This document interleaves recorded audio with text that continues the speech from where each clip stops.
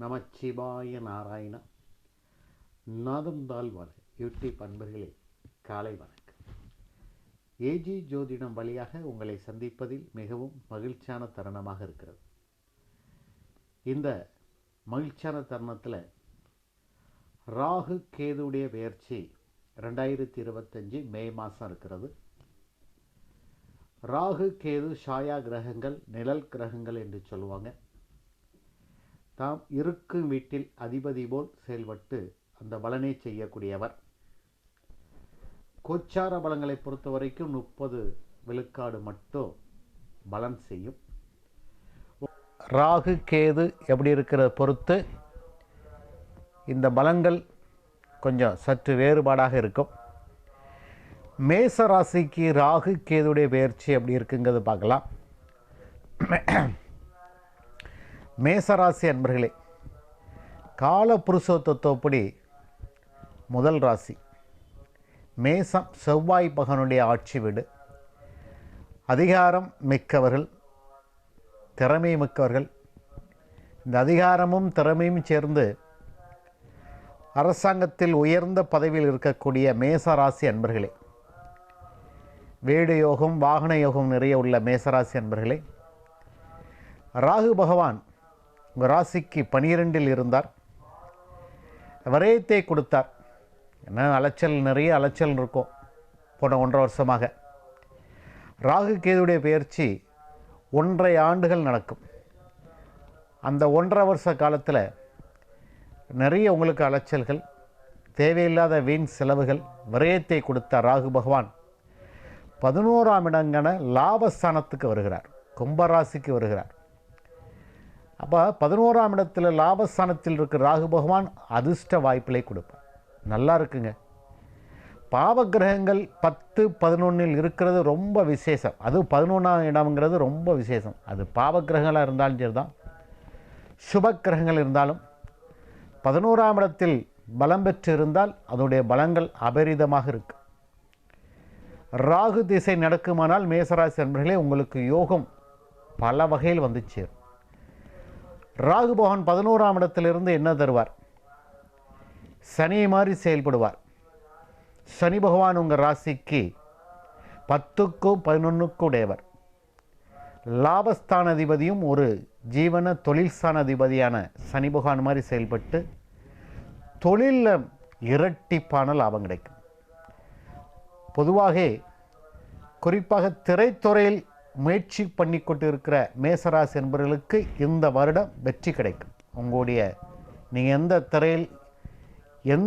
துறையில் இருந்தாலும் சரி தான், திரைப்படத்துறையில் நீங்கள் ஒரு தனிப்பட்ட துறைங்கிறது நிறைய இருக்கிறது. எதிலுமே உங்களுக்கு வெற்றி கிடைக்கும். உங்களை அங்கீகாரம் செய்வார்கள். நீங்கள் உழைத்த உழைப்புக்கு பலன் கைமேல் வந்து சேரும். வெளிநாட்டு உத்தியோகம் கிடைக்கும். பாஸ்போர்ட்டு விசா கிடைக்கும். பங்குச்சந்தையில் லாபங்கள் கிடைக்கும். கடன் கொடுக்க வேண்டிய இடத்தில் கொடுப்பீர்கள். கடன் வாங்க வேண்டிய இடத்தில் வராத கடன்கள் வந்து சேரும். தொழில் ஏற்றுமதி இறக்குமதி தொழிலில் இரட்டிப்பான லாபங்கள் கிடைக்கும். கடல் தாண்டி வாணிபம் செய்து அது மூலம் வரக்கூடிய வருமானங்கள் பிரமாதமாக இருக்கும். ராகு 11 இருக்குன்னா எதிர்பார்க்காத தனலாபங்களை கொடுப்பார். அதிர்ஷ்ட வாய்ப்புகள், இந்த பணம் நமக்கு வரும், இவ்வளோ தான் வரும் அப்படின்னு நீங்கள் எதிர்பார்த்துட்ருப்பீங்க. அதை விட 100 மடங்கு அதிகமாக தரக்கூடியவர் ராகு பகவான். கேதுவை மாதிரி கிடையாது. ராகு முழுமையான போகக்காரகன்.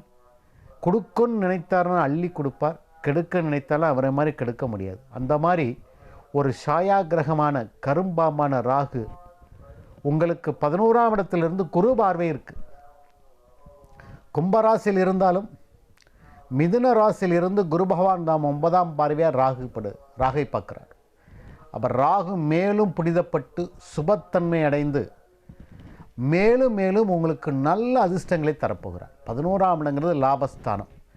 இந்த 1.5 வருஷமாக எதிர்பார்க்காத இடத்திலிருந்து பணம் வரும். தொழில் முன்னேற்றம், புதிய பிஸ்னஸ் பார்ட்னர்கள் அமைவாங்க. வேலை இல்லாதவங்களுக்கு வேலை கிடைக்கும். தொழில் தொடங்குறதுக்கான மூலதனம் உங்களுக்கு கிடைக்கும். ஏற்கனவே நான் மூலதனம் போட்டு தொழில் தொடங்கிட்டேன், சுமாராக இருக்குன்னா இந்த ஆண்டு முதல் அபரிதமான வளர்ச்சி இருக்கும்.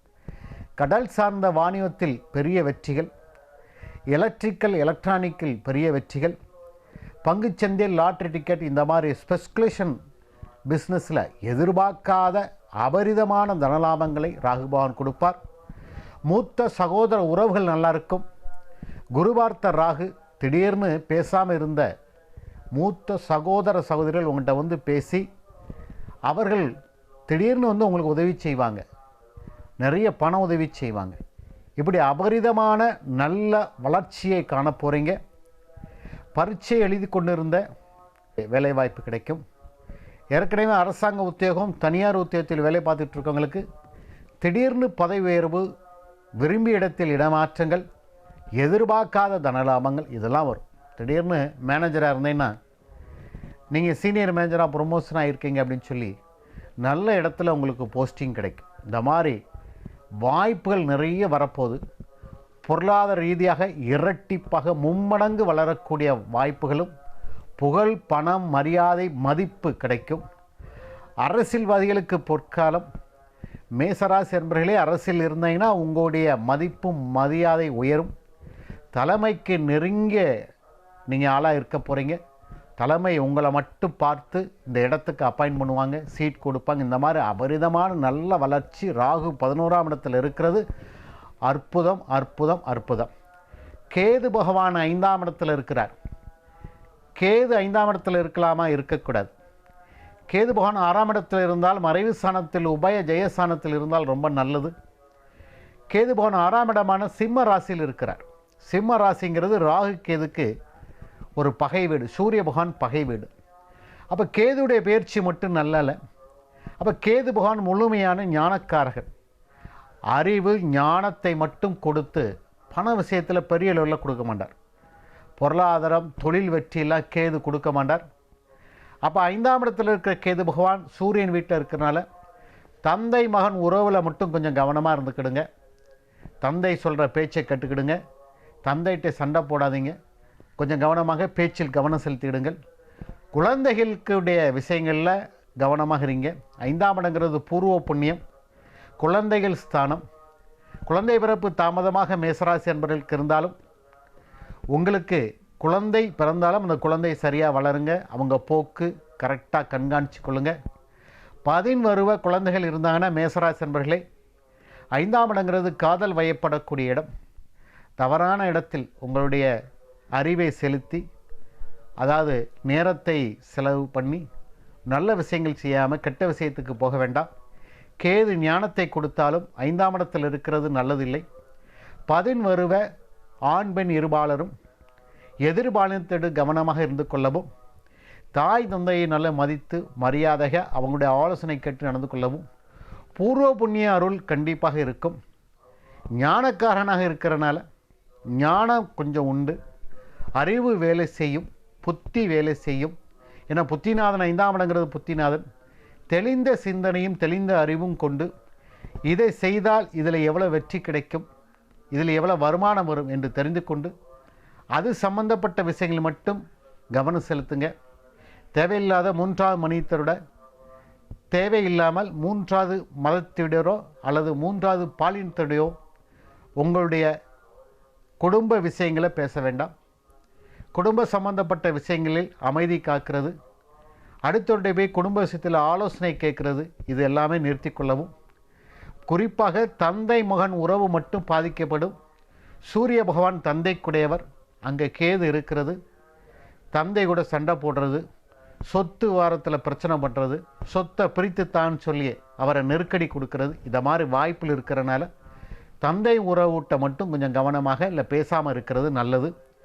ஞானத்தை மட்டும் அறிவை கொடுக்குற கேது பகவான் பெரிய லெவலில் உங்களுக்கு துன்பத்தை தரமாண்டார். எதிர்பார்க்காத இடத்தில் ராகு இருக்கிறது. இந்த 1.5 வருஷ காலம், வருகிற 1.5 வருஷ காலமும் அமோக பொருளாதாரம், பெரிய வெற்றிகள். இந்த வெற்றிகள் தான் இப்போ கொடுக்குற வெற்றிகள். இன்னும் ஒரு நூற்றாண்டுக்கு, இன்னும் ஒரு தலைமுறைக்கு உங்களை வாழ வைக்கும் பெரிய பொருளாதார வெற்றிகளாக ராகு கொடுப்பார். ராகு 11ஆம் இடத்தில் குருவார்த்த ராகு அருமையான பொருளாதார வெற்றியை கொடுக்க போகிறார். இந்த வீடியோ பிடிச்சிருந்துன்னா லைக் பண்ணுங்கள், ஷேர் பண்ணுங்கள், சப்ஸ்கிரைப் பண்ணிக்கிடுங்க. ஒரு பெல் பட்டன் வரும், அதையும் அழுத்திக்கிடுங்க. அப்படின்னா நாங்கள் போடுற ஒவ்வொரு வீடியோவும் உங்களுக்கு நோட்டிஃபிகேஷன் ஆகும். நன்றி, வணக்கம்.